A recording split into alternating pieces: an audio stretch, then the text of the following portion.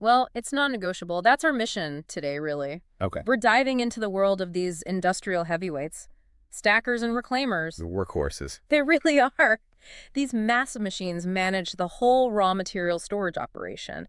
And crucially, they don't just hold stuff. No. They perform that essential step of homogenization, the blending. Ah. So we need to understand why they're designed the way they are, look at the different types, and why this whole storage phase is, as you said, the first line of defense for quality. And efficiency, frankly. Okay, let's unpack this then. For someone new to this, stacker and reclaimer, they sound similar. They do. Maybe like opposite ends of a simple conveyor belt. Yeah, or maybe even doing the same job. Yeah. What's the fundamental difference there in the yard? They are definitely partners, but they do completely opposing jobs. It's right there in the names. Okay. The stacker, that's the builder, its job is to store, Pile it up. systematically pile up the incoming materials, but it doesn't just dump it, It creates this uniform, layered bed. Layered, okay. Then the reclaimer